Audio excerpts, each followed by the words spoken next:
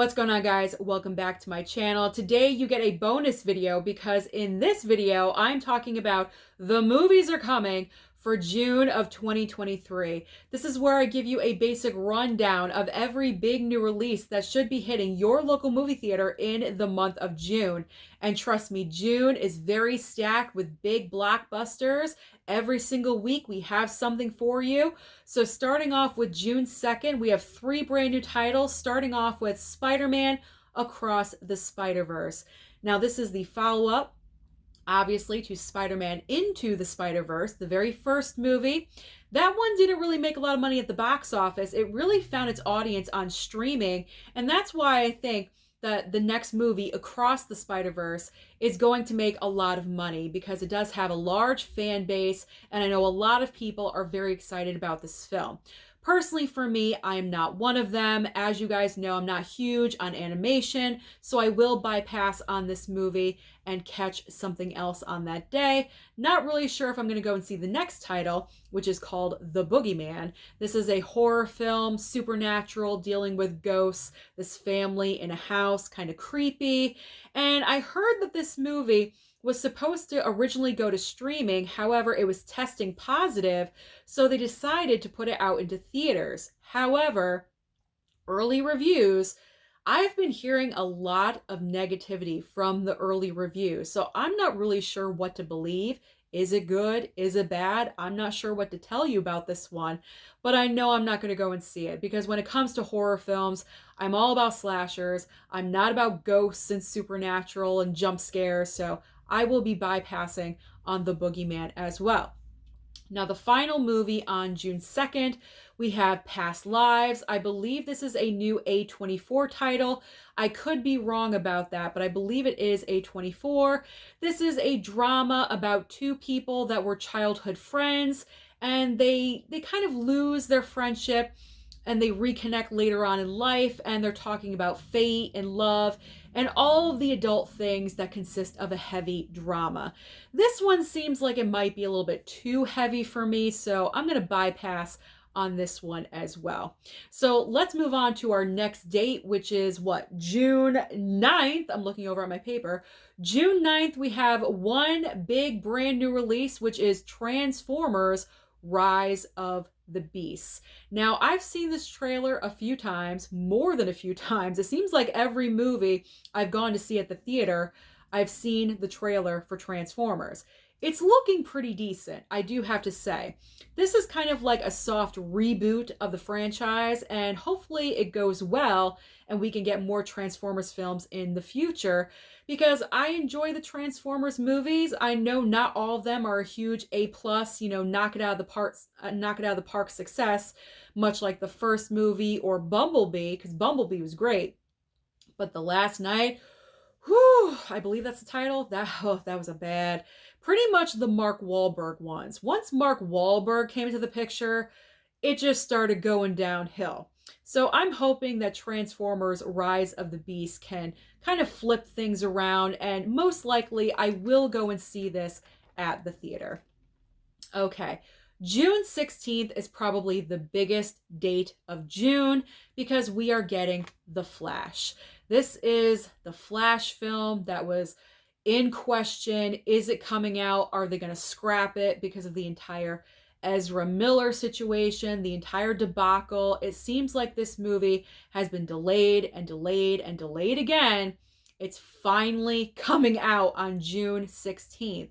Now, I'm not excited about Ezra Miller. I could care less. I'm more excited about Michael Keaton returning in the Batman role because that was my first experience with Batman, was the original Batman in 1989 with Michael Keaton. So I am so looking forward to seeing him back in this role, and I feel like The Flash is going to be major fan service for everyone that loves DC.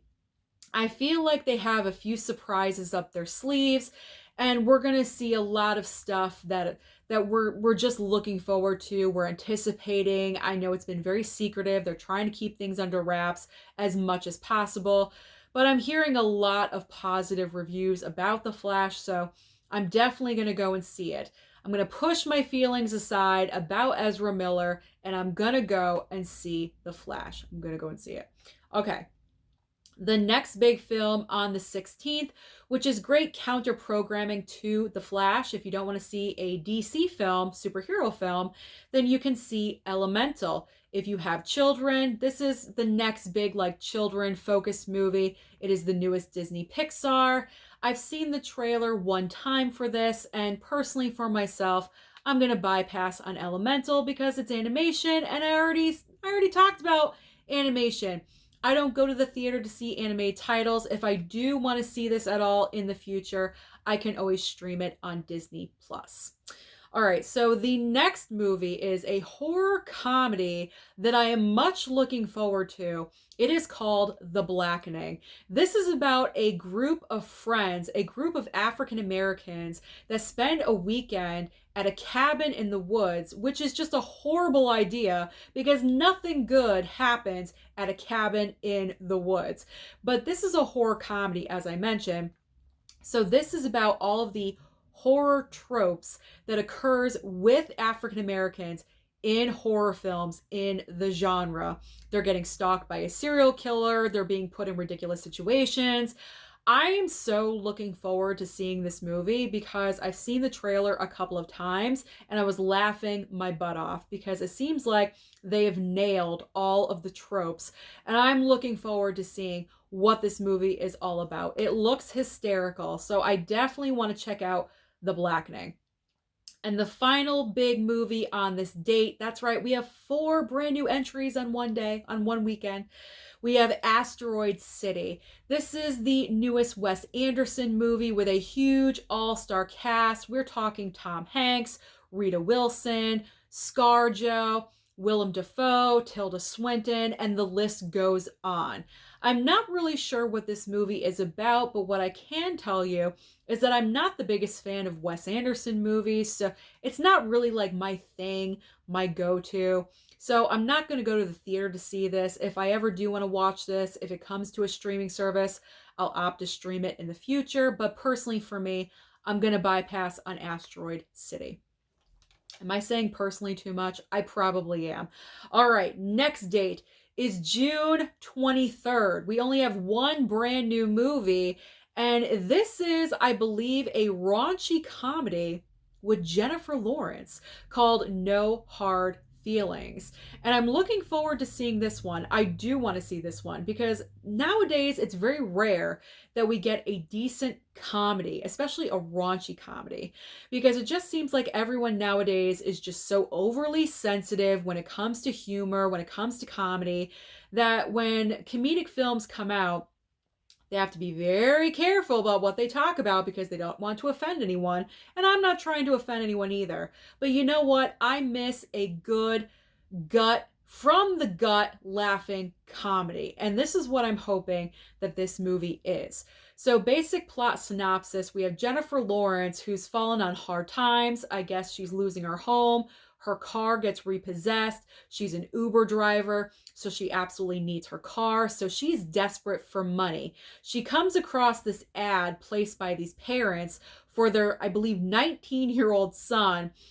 He has no experience with women. He has no social skills at all whatsoever. So they hire Jennifer Lawrence to date him, if you know what I'm like, date him. And that's what the whole movie is about.